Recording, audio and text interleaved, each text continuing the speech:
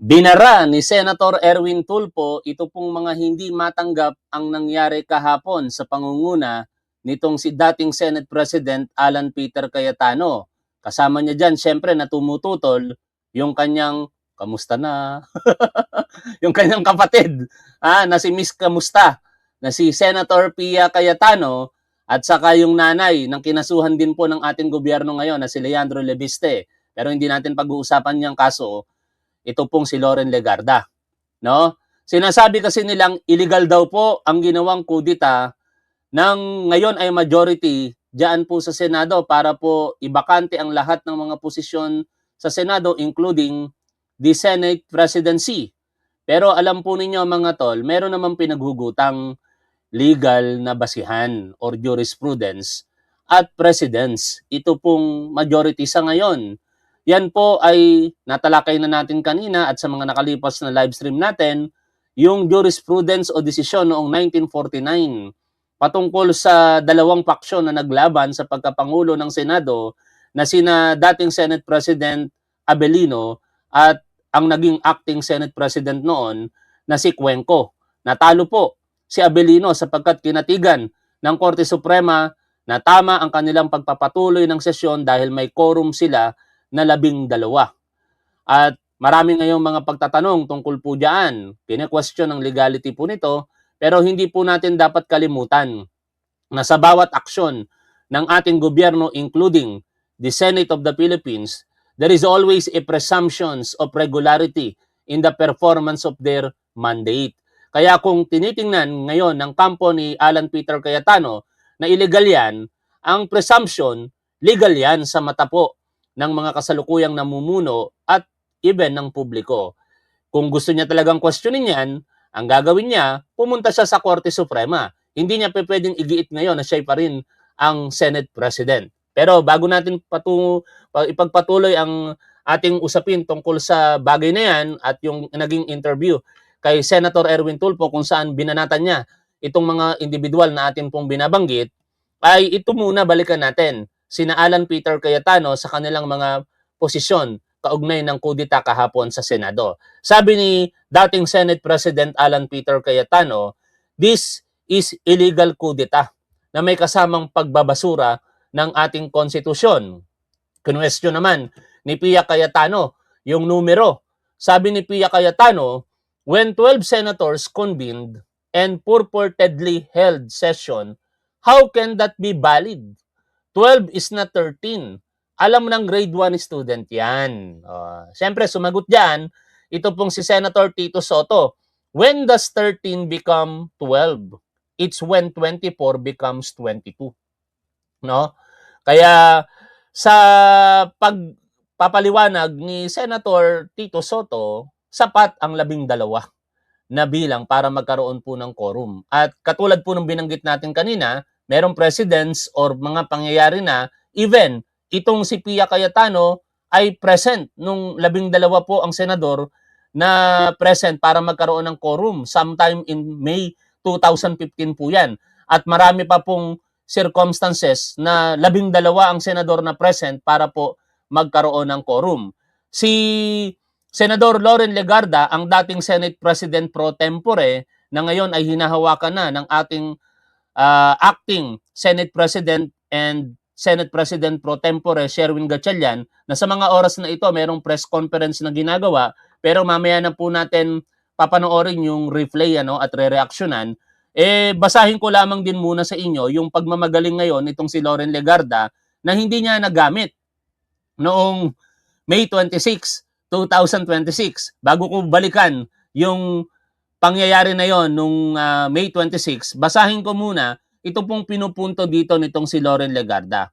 Sabi ni Loren Legarda, under Article 6, Section 16, Paragraph 1 of the 1987 Constitution, the Senate shall elect its president by a majority vote of all its respective members.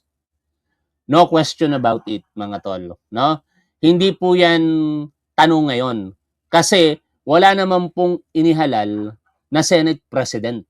Ang meron po is acting Senate President.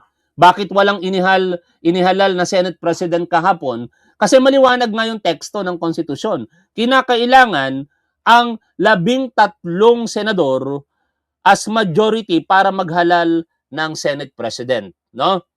Since the Senate is composed of 24 senators, that majority is 13. By the fact that the senators present did not have 13 votes, they could not validly elect a Senate President or authorize any senator to act as Senate President.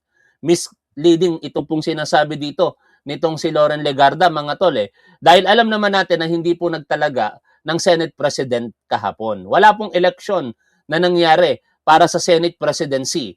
Ang meron, Senate President pro tempore and now acting as Senate President. Hindi ko natatapusin ang pahayag na yan ni Loren Legarda. Gusto ko lamang bigyan ng punto na sila ngayon yung tatlong maingay, sa ngayon ay minority na sinasabing illegal daw po ang ginawa ng majority sa ngayon. At lahat ng mga abogado, maliban sa mga DDS, sinasabi ang presumption of regularity principle. No? Partikular, ang pahayag ni Attorney Edward Chico sa video na pinanood ko sa inyo kanina yata, ano? Tapos sa pahayag ng Abogada ng Bayan Facebook page, sa pahayag ni Nadine Mel Santamaria and so many other lawyers, no? Na iisa lamang talaga ang kanilang direksyon na tinatahak. There is always a presumption of regularity in the performance of mandate ng bawat opisina ng ating gobyerno. And this legal opinion po ito ni Attorney Carlo Ibanez na nagsasabi din ng ganong pagkakataon. Sabi po dito ni Attorney Carlo Ibanez na may caption Presumption of Regularity. Nagpa-presko na naman si Alan Peter Cayetano. Kahapon po yan. Nag-live po siya ng 3 beses kung hindi tayo nagkakamali. Tanghali, kasama niya si Marcoleta. Tapos nung nagkakapalitan na ng liderato sa Senado, nag-live siya and nag-live ulit, no? Here's the thing. Rather, he is questioning the Senate quorum. Here's the thing. Sabi ni Attorney Carlo Ibanez, may tinatawag sa batas na presumption of regularity. Ibig sabihin, kapag ang Senate as a body ay kumilos bilang isang official institution, ang presumption ng batas ay regular, valid, at legal ang ginawa nito. No? In short, sa madaling pangunawa mga tol, pagka nagtrabaho, nagsagawa ng kanilang mandato ang isang public official, pinagpapalagay sa harapan ng batas na legal at tama po ito.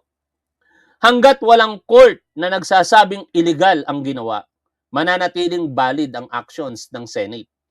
Kaya kahit ano pa ang sabihin nila Cayetano at ng mga kakampi niya sa press con, Facebook post, or kahit anong political statement, this is the reality. What happened, happened. Nagkaroon ng session. Nag-declare ang quorum, nag-elect ng bagong Senate President pro tempore na appoint ang mga bagong officers.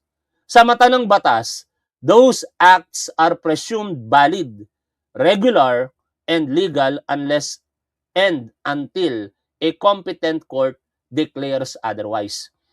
Kaya ang tama, kaya yung tama na yung dakdak, sabi ni Attorney Ibanez, dalhin nyo na lang sa Supreme Court ang mga reklamo nyo. And basically, dapat ganun ang gawin po nitong si Alan Peter Cayetano.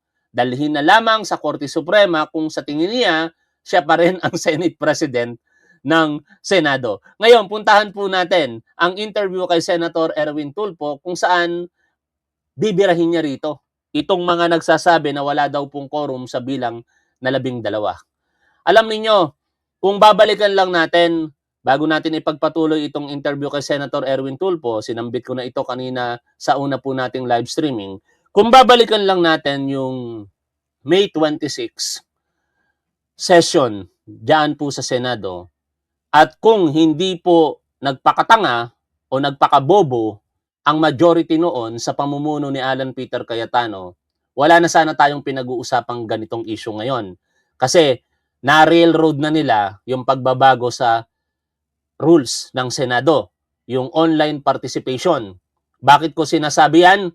Kasi nag-move to divide the House itong si Alan Peter Cayetano. Feeling aggrieved, ang minority noon na ngayon ay majority, hindi nila nagustuhan na nire-railroad ng majority noon ang pagbabago sa rules. Kaya dapat i-exhaust daw lahat ng mga procedural steps. Kasama dyan ang extensive debates, mga tol. At hindi po yung ginawa ng noon ay majority. Kaya nag-walk out po ang ilan sa minority noon. Dito maraming nalilito, no? Kahit ako nung una, hindi ko na-appreciate nung malaman ko na lamang lately na meron palang Abelino and Cuenco. Mali pala si Senator Tito Soto nung mga panahong iyon. O, di ba?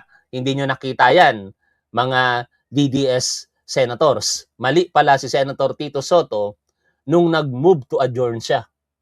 Sabi kasi ni Senator Tito Soto, nung nag-move to divide the House, itong si Alan Peter Cayetano, I move to adjourn due to lack of quorum. Yon ang basihan. Kaya sabi ni Tito Soto, non-debatable ang move to adjourn, which is good naman talaga.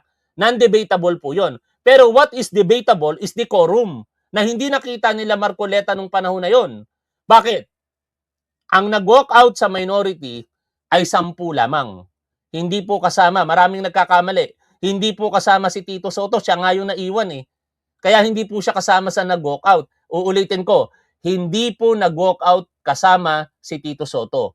Ang nag-walk out lamang sa SB 11 ay 10, excluding ito pong si Tito Soto. Bakit siya hindi kasama sa mag-walk out? Kasi siya yung mag-move to adjourn on the basis of lack of quorum.